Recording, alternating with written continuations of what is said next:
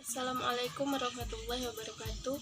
Perkenalkan, nama saya Desmi Puspita dari kelas 2A Prodi D3 Keperawatan. Baiklah, di sini saya akan menjelaskan tentang laporan pendahuluan risiko perilaku kekerasan atau biasa disingkat dengan RPK. Baiklah, menurut Joseph 2011 menjelaskan bahwa perilaku kekerasan merupakan suatu bentuk perilaku yang bertujuan untuk melukai seseorang secara fisik, baik kepada diri sendiri maupun orang lain. Dan menurut Carpenito 2012 berpendapat bahwa risiko terhadap tindakan kekerasan adalah keadaan di mana individu melakukan atau menyerang orang maupun lingkungan. Nah, selanjutnya etiologi. Menurut Dalami 2013, etiologinya terdiri atas kehilangan harga diri, kemudian frustasi, kemudian kebutuhan aktualisasi diri yang tidak tercapai. Nah, kemudian manifestasi klinisnya, yang pertama emosi jengkel, marah atau dendam, rasa terganggu, merasa takut, tidak aman, dan juga cemas. Yang kedua, fisik, yang berupa mukanya memerah, pandangannya tajam, napas pendek, keringat, sakit fisik, penyalahgunaan zat, tekanan darah meningkat. Yang ketiga, intelektual, yang berupa mendominasi, bawel, berdebat, dan juga meremehkan. Nah, yang keempat, spiritual, yang berupa keraguan, kebijakan atau keberanian diri, tidak bermoral, dan juga keaktivitas terhambat. Yang kelima, sosial, yang berupa menarik diri, pengasingan, penolakan, kekerasan, ejekan, dan juga humor. Patofisiologinya menurut Joseph 2011, yang pertama itu ekspresi diri menunjukkan eksistensi diri. Yang kedua, ekspresi diri tidak terpenuhi kebutuhan dasar dan kondisi sosial ekonomi. Yang ketiga, kesulitan dalam mengkomunikasikan sesuai dalam keluarga serta tidak membiasakan dialog untuk memecahkan masalah, cenderung melakukan kekerasan dalam menyelesaikan konflik.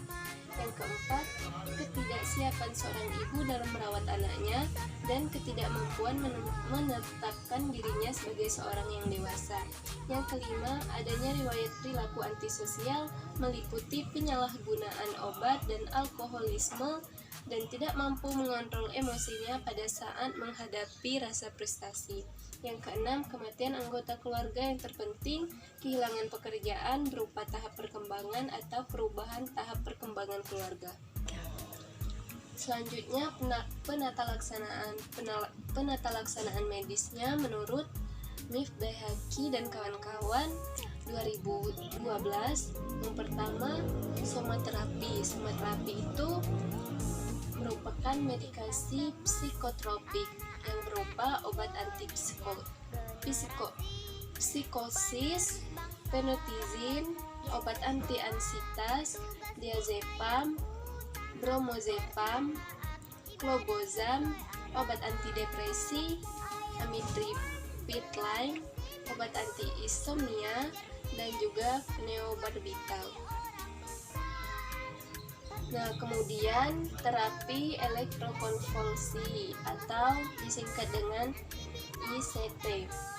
Nah, somaterapi yang lain yang berupa terapi konvulsi kardiosol, yang kedua terapi koma insulin dengan penyuntikan insulin sehingga pasien menjadi koma.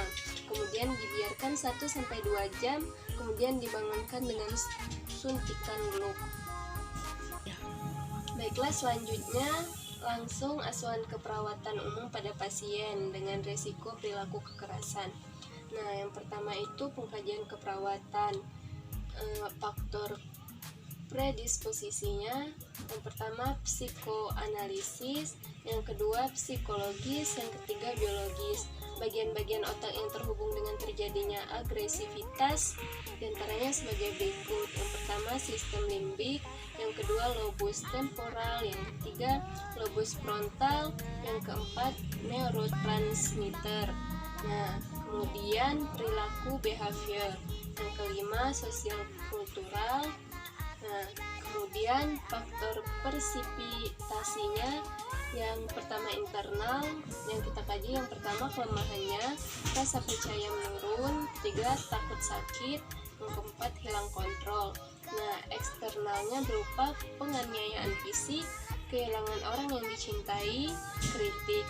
Nah, baiklah, lanjut ke diagnosis keperawatan. Yang pertama, risiko mencederai diri sendiri, orang lain, dan lingkungan berhubungan dengan perilaku kekerasan.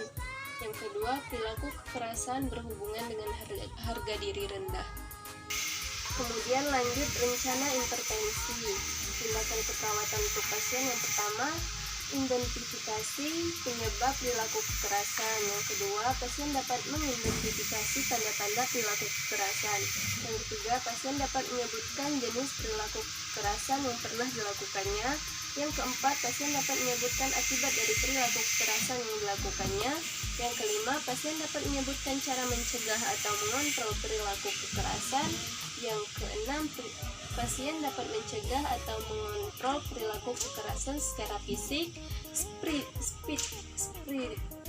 spiritual, sosial, dan dengan terapi psikofarmaka.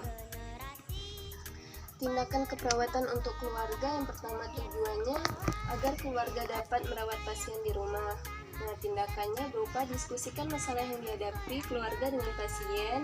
Yang kedua, diskusikan bersama keluarga tentang perilaku kekerasan, penyebab, tanda gejala, serta perilaku kekerasan yang muncul dan akibat dari perilaku kekerasan tersebut. Yang ketiga, diskusikan bersama keluarga kondisi-kondisi pasien yang perlu segera dilaporkan kepada perawat, seperti melempar atau memukul benda atau memukul orang lain dan sebagainya. Nah, yang keempat, latih keluarga merawat pasien dengan perilaku kekerasan. Nah, dan selanjutnya evaluasi. Yang pertama, evaluasi kepada pasien.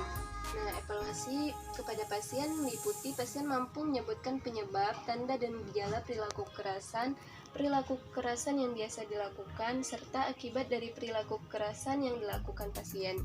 Nah, yang kedua, pasien mampu menggunakan cara mengontrol perilaku kekerasan secara teratur, sesuai dan sesuai. Nah, yang kedua, pada keluarga. Pada keluarga meliputi yang pertama, keluarga mampu mencegah terjadinya perilaku kekerasan. Yang kedua, keluarga mampu menunjukkan sikap yang mendukung dan menghargai pasien. Yang ketiga, keluarga mampu memotivasi pasien dalam melakukan cara mengontrol perilaku kekerasan. Dan yang keempat, keluarga mampu mengidentifikasi perilaku pasien yang harus dilaporkan kepada perawat. Nah, demikianlah penjelasan laporan pendahuluan pada judul Risiko Perilaku Kekerasan atau biasa disingkat dengan RPK. Jika ada salah, saya mohon maaf. Jika ada kekurangan, saya mohon ampun. Wassalamualaikum warahmatullahi wabarakatuh.